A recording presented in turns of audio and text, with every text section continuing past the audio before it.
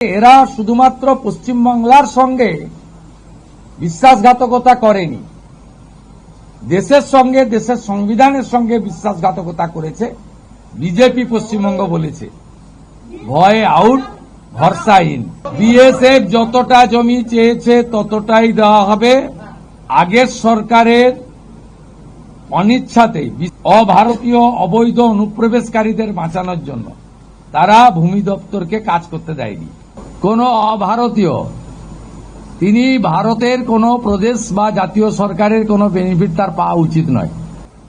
16 June 2025 Bharat সরকারের পক্ষ থেকে জনগণনার জন্য office of registrar general of India, ministry of home affairs তারা পাঠিয়েছিলেন।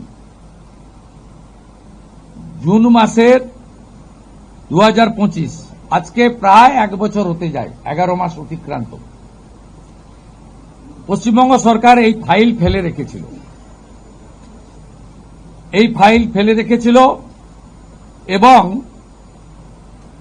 এগুলো এক্ষুনি পাবলিক ডোমেনে আনার বিষয় নয়, কিন্তু যে তথ্য আমাদের এই হাতে আছে,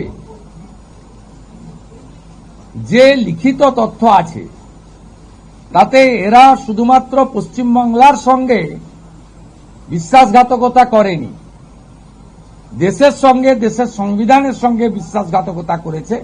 এবং এদের মূল লক্ষ্যই ছিল এই জনগণনা আটকে দিয়ে মহিলা সংরক্ষণ যাতে ভারত সরকার করতে না পারে, মহিলারা যাতে বিধায়ক সাংসদ না হতে পারে, সেজন্যই এসব করে গেছে।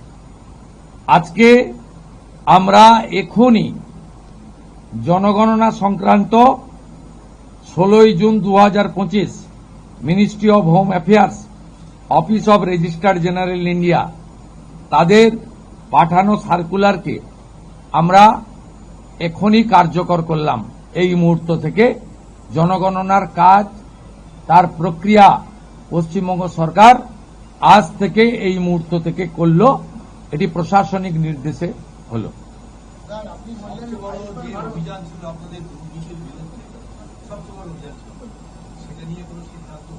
আমি আপনাকে বলেছি, প্রাতিষ্ঠানিক দুর্নীতি, মহিলা নির্যাতন, পে কমিশন, এরিয়ার ডিএ, এগুলো নিয়ে নেক্সট ক্যাবিনেটে গুরুত্ব সহকারে আমরা ক্যাবিনেটে আনবো। নেক্সট মানডে হবে। আমাদের কিছু পেপার ওয়ার্কের প্রয়োজন আছে। আমরা আগের মতো বাজেট হয়ে যাওয়ার পরে চন্দ্রিমা তুমি এটা বলে দাও, এভাবে সরকার চলতে পারে না। সরকার চলে তথ্যের উপরে, সরকার চলে নিয়মের উপরে, এবং সরকারি সিদ্ধান্ত হয় সংবিধানের কতগুলো বিষয়ের উপরে। তাই এই গভর্নমেন্ট আমিত্বে বিশ্বাস করে না। আমরা নীতিতে চলবে এবং রুলস, অ্যাক্টস, সংবিধান, একে প্রায়োরিটি দিয়েই আমরা কাজ করব। আমরা আশা করব এই সরকারের কোন সিদ্ধান্ত নিয়ে, আপনারা তো বটেই, আমরা বেঁচে থাকা কিছু 2-4-5% যারা সমালোচক, সেই সমালোচকরাও কোনো সমালোচনা করতে পারবেন না। এই রকম সুযোগ এই সরকার দেবে না, ভরসা রাখতে পারে। এই জন্যই মাননীয় প্রধানমন্ত্রী বলেছেন, বিজেপি পশ্চিমবঙ্গ বলেছে ভয় আউট, ভরসা ইন। ভরসাটা আমাদের উপরে রাখুন, আমরা ঠিক পথে চলব।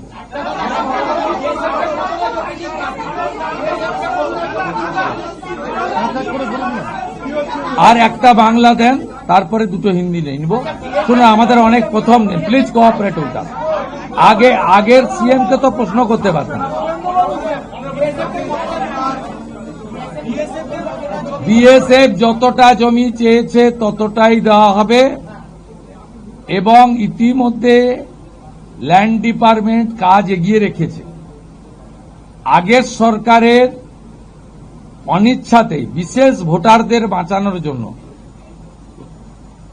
অভারতীয় অবৈধ অনুপ্রবেশকারীদের বাঁচানোর জন্য তারা ভূমি দপ্তরকে কাজ করতে দেয়নি, এবং মহামান্য কলকাতা হাইকোর্টের নির্দেশও অমান্য করা হয়েছে, যেটা কোনো সরকার করতে পারে না। আমরা ল্যান্ড ডিপার্টমেন্টকে আজ থেকেই রেডি থাকা জমি হস্তান্তর করতে শুরু করেছি। আমার কাছে যেটুকু আমি এলওপি হিসেবে খবর রেখেছিলাম 90% জমি আপনার land department government of West Bengal transfer করতে পারে। এক্সাক্ট সংখ্যাটা মুখ্যমন্ত্রীকে অনেক কিছু ভেবে বলতে হয়, যেটা বলতে হয় তার অথেন্টিকিটি যেন থাকে, তার যেন পূর্ণ সত্যতা ইত্যাদি থাকে, এটা করেই বলতে হয়। তাই এইভাবে আগের সরকারের মতো আলপটকা প্রশ্ন উত্তরে বর্তমান মুখ্যমন্ত্রী বা তার ক্যাবিনেট যাবে না। কোন অভারতীয় তিনি ভারতের কোন প্রদেশ বা জাতীয় সরকারের কোন বেনিফিট তার পাওয়া উচিত নয়।